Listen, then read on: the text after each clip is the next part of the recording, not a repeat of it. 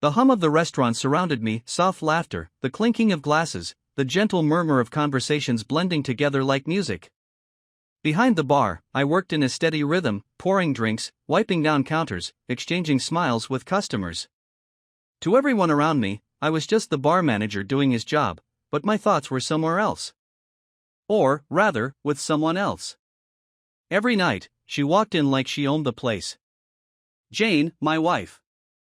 The love of my life, the center of my universe, and the source of a longing I carried deep inside. When she stepped through the door, it wasn't just me who noticed. Heads turned, eyes lingered, and conversations paused mid-sentence. She had that kind of presence, magnetic, effortless, commanding. Tonight, she was stunning. Her emerald green dress clung to her body, hugging her curves just enough to hint without revealing too much. Her auburn hair fell in loose waves around her shoulders, and her lips curled into the kind of smile that made men forget their drinks and lose track of their thoughts. Watching her never got old. Every time, I felt a surge of pride that this incredible woman was mine. But tonight, I wasn't the only one watching her.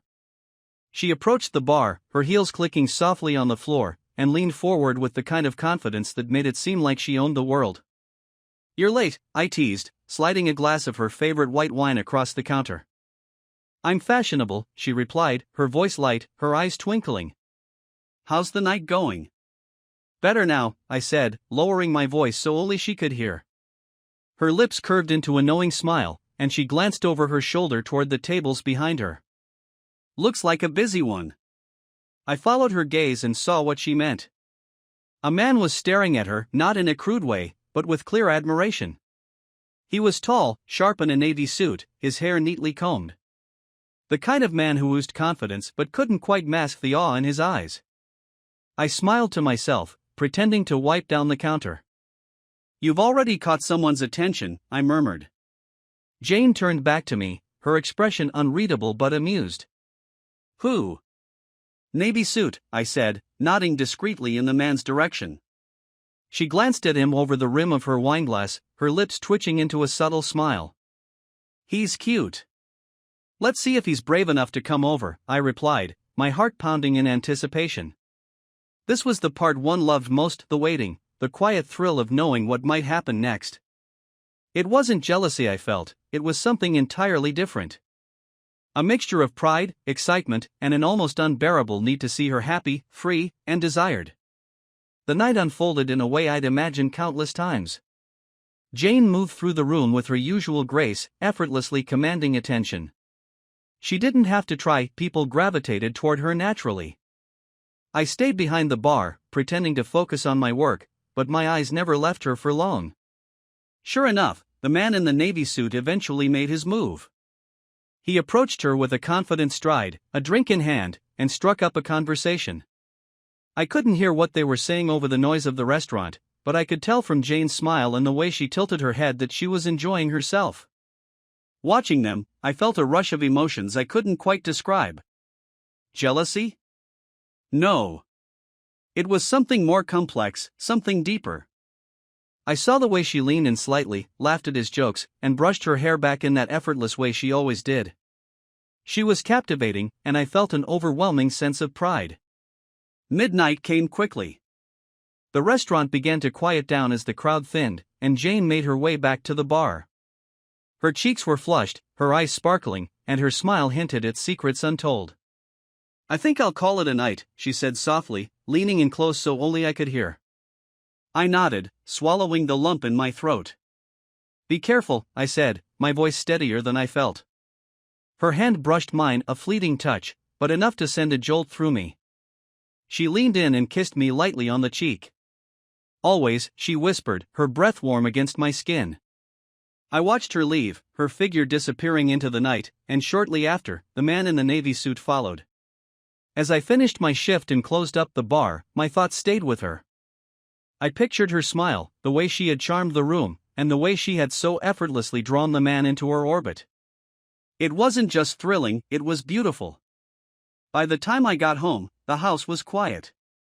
I lay in bed, staring at the ceiling, imagining what her night was like.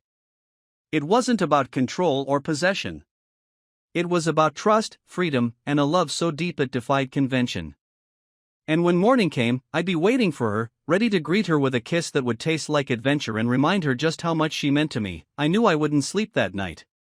After Jane left the restaurant, the air felt different, charged, alive with the unspoken. I closed out my shift, moving through the familiar routine of wiping counters and counting the till, but my thoughts were elsewhere. Each glass I polished, every stool I straightened, felt like a countdown to what awaited me in the morning.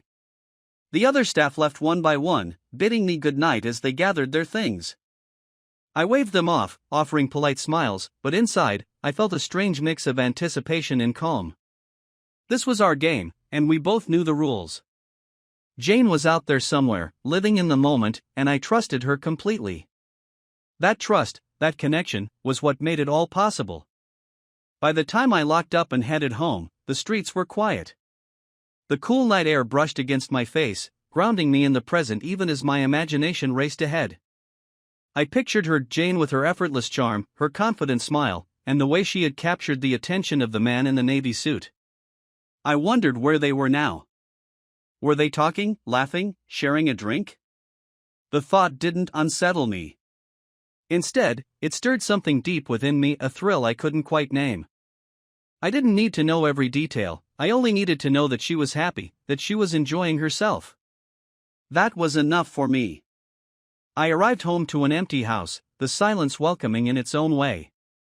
I poured myself a glass of wine and settled onto the couch, letting the night wash over me. My phone buzzed, and I glanced at the screen to see Jane's name. Still awake, the message read. Of course, I replied, a smile tugging at my lips. Her response came quickly, everything's fine. He's sweet. I'll tell you all about it tomorrow. I stared at the screen for a moment, letting her words sink in. The idea of hearing about her night, in her own words, sent a jolt of anticipation through me. I can't wait, I typed back. I imagined her smiling at her phone, somewhere in the city, her evening unfolding in ways we had only fantasized about until now. She had always been fearless, unafraid to embrace life fully, and that fearlessness was one of the things I loved most about her. The hours passed slowly, each one feeling heavier than the last. I didn't sleep, I didn't want to. Instead, I replayed the evening in my mind, filling in the gaps with my own imaginings. I thought about Jane and the man she'd left with, the way they must have walked side by side, their conversation flowing easily, her laughter lighting up the night. Morning finally arrived, creeping in with soft light that filtered through the curtains. I was already awake, sitting by the window with a cup of coffee, waiting. I felt a sense of calm settle over me, knowing she would be home soon. When I heard the sound of her key in the lock, my heart skipped a beat. The door opened, and there she was, radiant, glowing, her dress slightly wrinkled, her hair a little tousled. She stepped inside and closed the door softly behind her. Good morning, I said, setting my coffee aside and standing to greet her. She smiled, her eyes sparkling with a mixture of exhaustion and excitement. Good morning, she replied, her voice warm. I walked over to her, and she leaned into me, pressing a soft kiss to my lips. The taste of her lingered, a faint hint of wine, her lipstick, and something else, something new. I couldn't explain it, but it felt electric, like the night clinging to her. You didn't sleep, she said, her tone more statement than question. I didn't want to, I admitted, brushing a strand of hair from her face. How was it? Jane's smile widened, and she stepped out of her heels, letting them fall to the floor. It was everything we talked about, she said, her voice tinged with awe. Tell me, I urged gently, taking her hand and guiding her to the couch.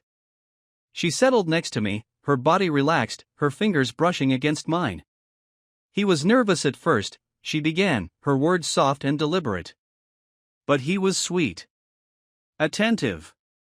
He couldn't take his eyes off me. I listened intently, hanging on her every word. She described their conversation, the way he had complimented her, the way she had felt free to be herself. She told me about the moment he had reached for her hand, tentative but hopeful, and how she had let him. He kissed me, she said finally, her voice dropping to a whisper. My breath caught, but I didn't interrupt. It was nice, she continued, her cheeks flushing slightly.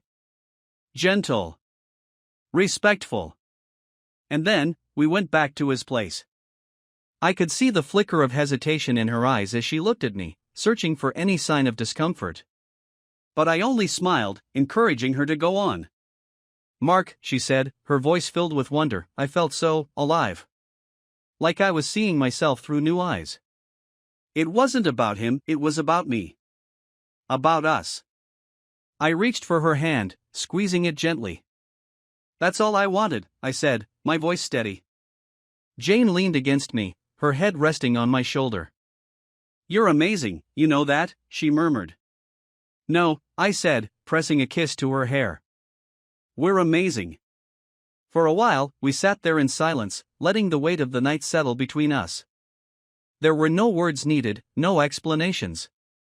Just us, our connection, and the quiet understanding that we had taken another step into uncharted territory together. As the morning light grew brighter, I felt a sense of peace wash over me. This was our life, messy, unconventional, but filled with trust and love. And I wouldn't have it any other way. As we sat on the couch, the morning sun spilling through the curtains, Jane began to recount her night. Her voice was soft, deliberate, but tinged with a quiet excitement that made my chest tighten, not with unease, but with an intense curiosity. I hung on to every word, watching the way her eyes lit up as she spoke. "It started out slow," she began, her fingers lightly tracing the seam of the couch cushion.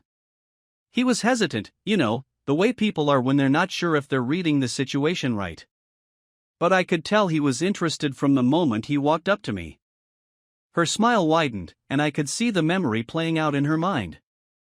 "I let him talk first, introduced himself, made a few jokes. He was charming, in a quiet sort of way. Nothing too flashy, which I liked. I could tell he wasn't used to approaching women like this, but he did it anyway." I nodded, my throat dry. "And you? How did you feel?" Jane tilted her head, her expression thoughtful. "I felt powerful," she admitted. "Not in a controlling way, but in the way that comes from knowing someone finds you captivating. It's been a while since I let myself feel that way, unguarded, open. It was liberating." Her words stirred something in me, a deep sense of pride. Jane had always been strong, confident, but seeing her step into that power so fully was intoxicating.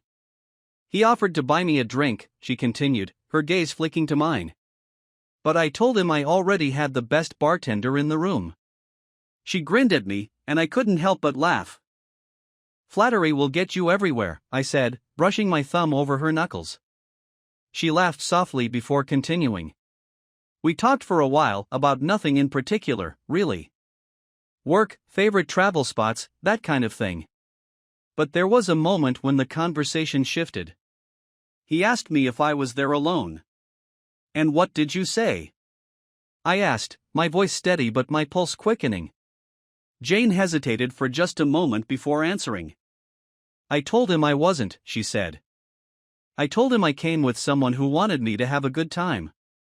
Her eyes met mine, searching for any trace of discomfort, but I gave her nothing but a small nod of encouragement. 'How did he take that?' I asked. Her lips curved into a sly smile. 'Surprised at first, but intrigued. He asked me to explain, and I told him, enough. I said that we trusted each other completely, and that tonight was about stepping outside of the usual boundaries.' I could see the gears turning in his head, but he didn't push for more. He just said, 'Then let's make it a night worth remembering.' The way she said those words, the faint echo of his voice in her tone, sent a shiver down my spine.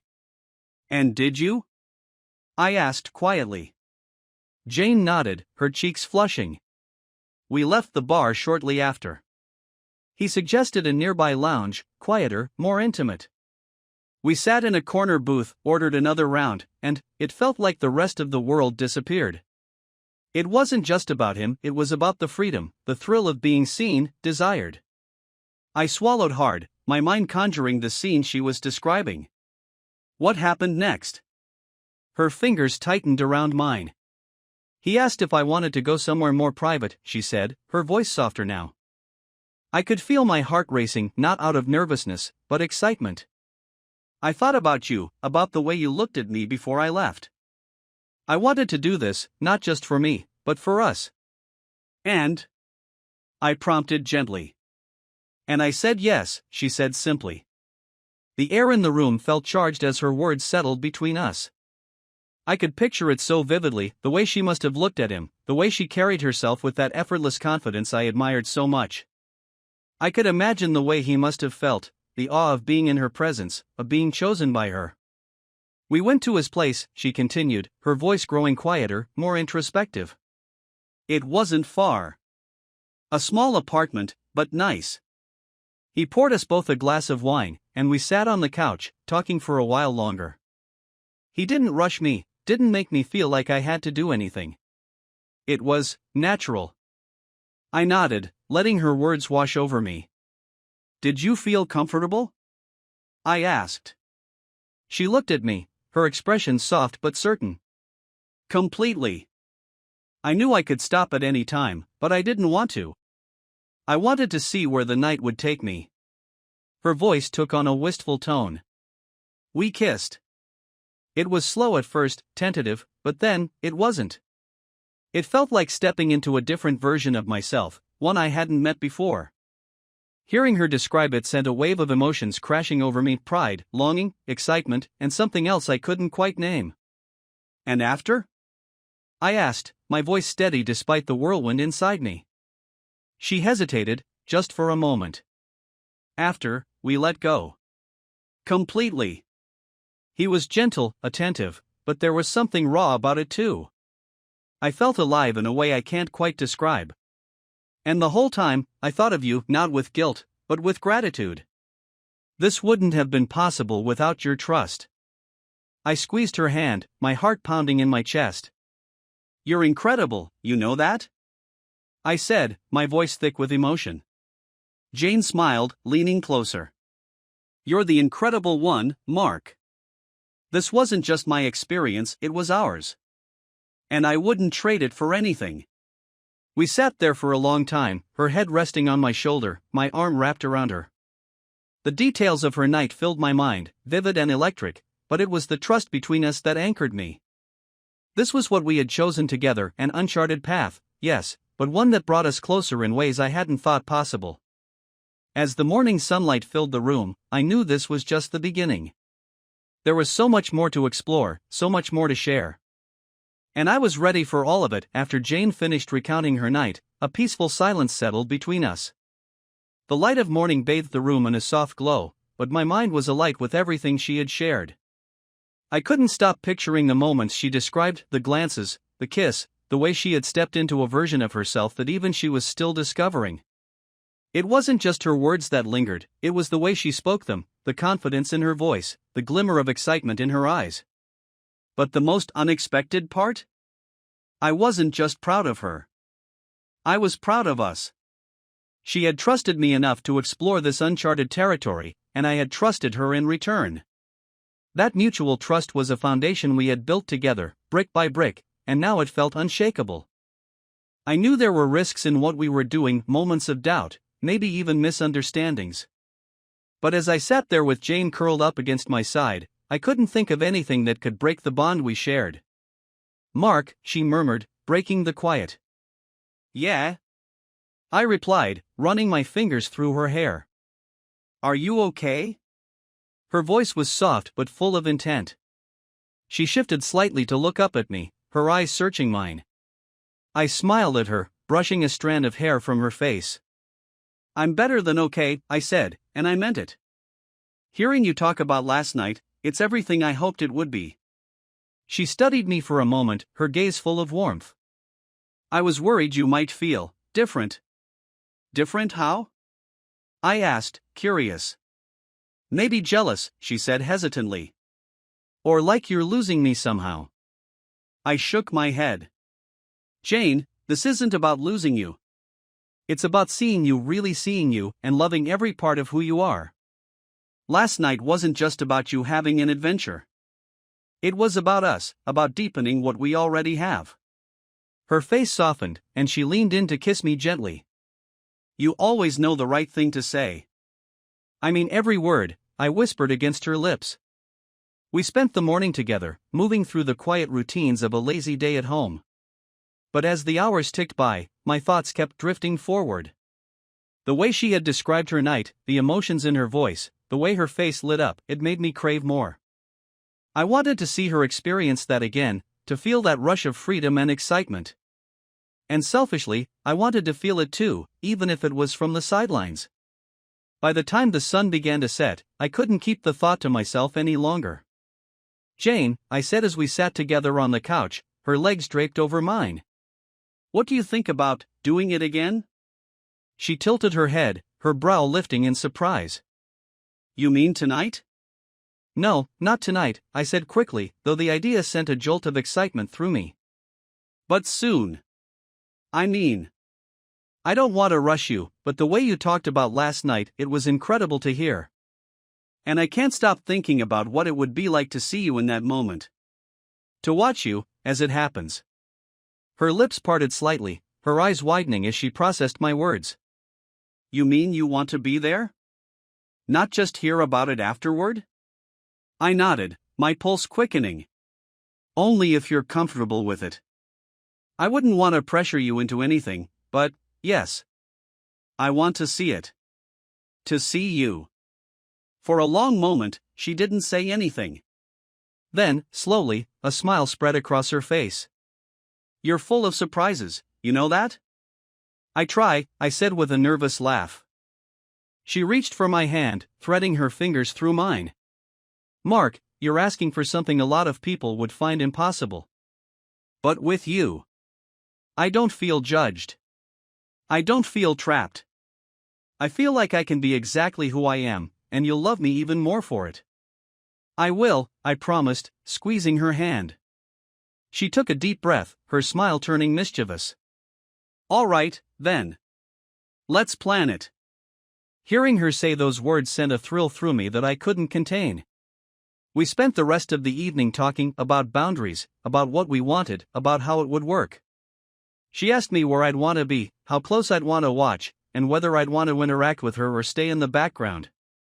I asked her how she'd feel, what she'd want from me during and after, and how we could make sure it was something that strengthened our bond rather than testing it.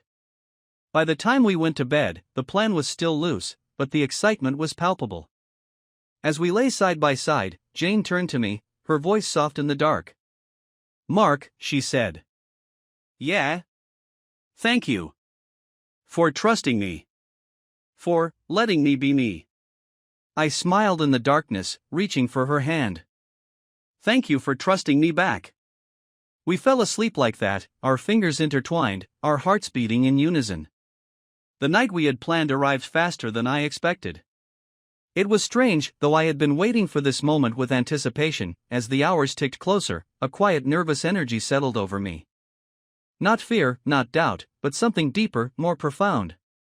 This was a step into uncharted territory, and I was ready, but the weight of it was undeniable. Jane, however, seemed completely at ease. As she got ready in the bedroom, I watched her through the open door. She was standing in front of the mirror, applying the final touches of her makeup, her expression focused but relaxed. She had chosen a black dress tonight, sleek and elegant, with a neckline that hinted just enough to draw attention. Her hair fell in soft waves around her shoulders, and when she turned to look at me, her lips curved into a playful smile. "What do you think?" she asked, spinning slowly to show off the dress. I leaned against the doorframe, taking her in. "You're stunning," I said, and I meant it. Her smile widened. "Good. I want to make an impression." "You will," I said, my voice steady despite the storm of emotions swirling inside me. We reviewed the plan one last time before leaving. This time, we weren't walking into the unknown. We had agreed on everything: where I would sit, how I would observe, and what signals she would give me if she wanted me to step in or stay back. It was all mapped out, but the thrill of the unknown still lingered, making my pulse quicken with every passing minute. When we arrived at the bar, I chose a table in the corner, just as we had discussed. The dim lighting and the soft hum of conversation created a sense of intimacy that seemed perfect for the night ahead.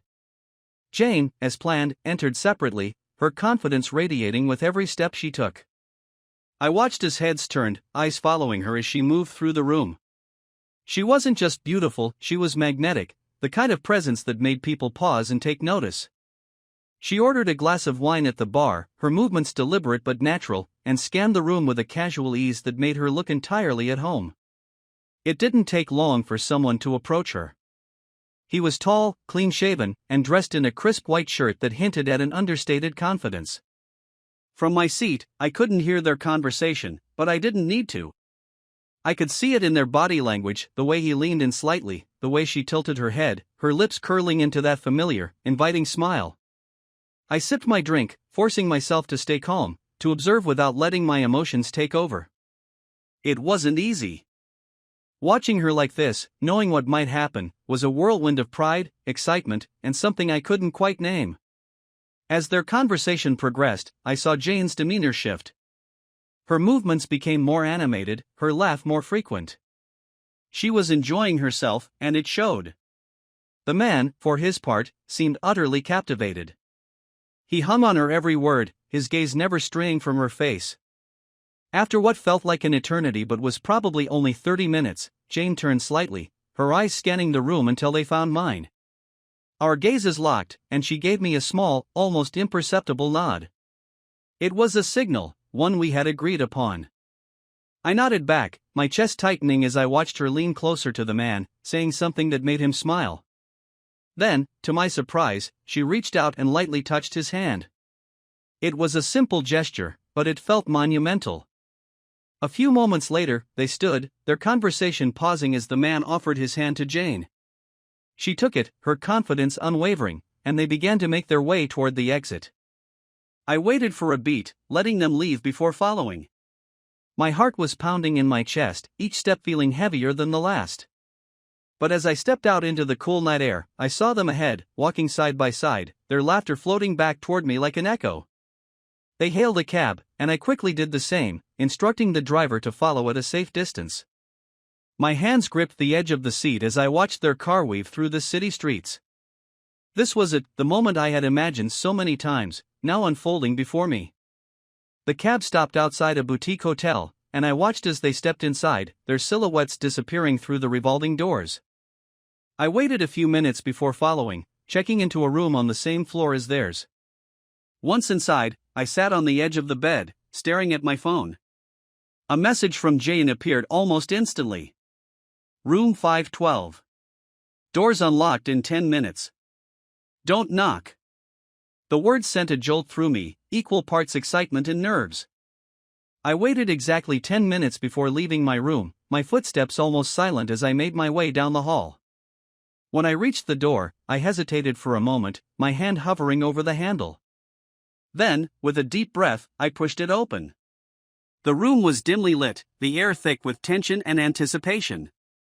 Jane was standing by the window, her silhouette framed by the city lights outside. The man was seated on the edge of the bed, his expression a mix of curiosity and surprise as he turned to see me enter. "This is my husband," Jane said calmly, her voice steady and sure. For a moment, the man looked stunned, his gaze darting between us. But Jane stepped forward, placing a hand on his shoulder. "It's okay," she said gently. "He's here because I want him to be." I stayed near the door, my heart hammering in my chest. Jane walked over to me, her eyes meeting mine as she reached out and touched my hand. "Are you ready?" she asked softly. I nodded, unable to find the words to respond. The rest of the night unfolded like a dream, intense, surreal, and unlike anything I had ever experienced. Watching Jane, seeing her in this new light, was both exhilarating and humbling. It wasn't just about desire, it was about trust, connection, and stepping into a space where vulnerability and strength coexisted. When it was over, Jane and I returned to our room together. She was quiet but radiant, her hands slipping into mine as we walked. "You okay?" she asked as we sat on the bed. I looked at her, the love I felt for her swelling in my chest. "Better than okay," I said. "I'm proud of you. Of us." She smiled, leaning in to kiss me. "This is only the beginning," she whispered. And she was right. The next morning, I woke up to the soft warmth of sunlight streaming through the curtains. Jane was still asleep beside me, her face calm and peaceful, her hand resting lightly on my chest. For a long moment, I just lay there, watching her, letting the events of the night before settle in my mind. It had been unlike anything I could have imagined, not just the intensity of it, but the way it made me feel. Watching her step into her power, her confidence, had been exhilarating. There was pride, certainly, but also a profound sense of connection. It wasn't just her moment, it had been ours. A shared experience that bound us in ways I was only beginning to understand. Jane stirred, her eyes fluttering open.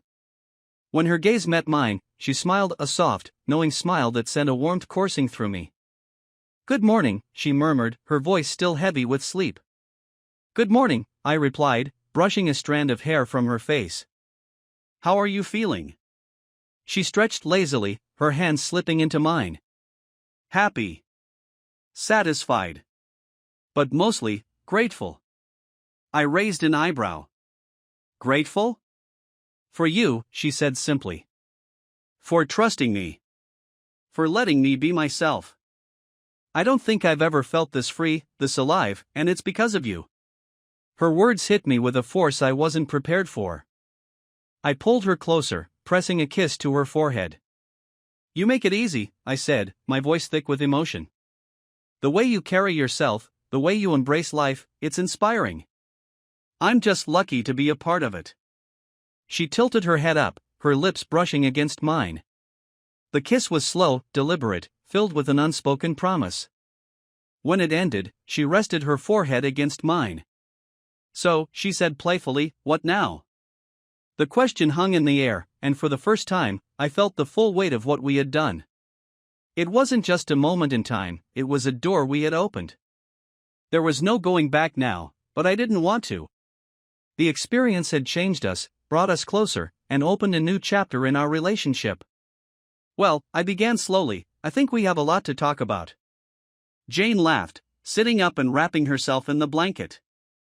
"Oh, we definitely do." We spent the morning in bed, talking in hushed tones as the world outside carried on without us. She described her feelings in vivid detail, the nervous anticipation, the thrill of being desired, the way she had felt like the best version of herself.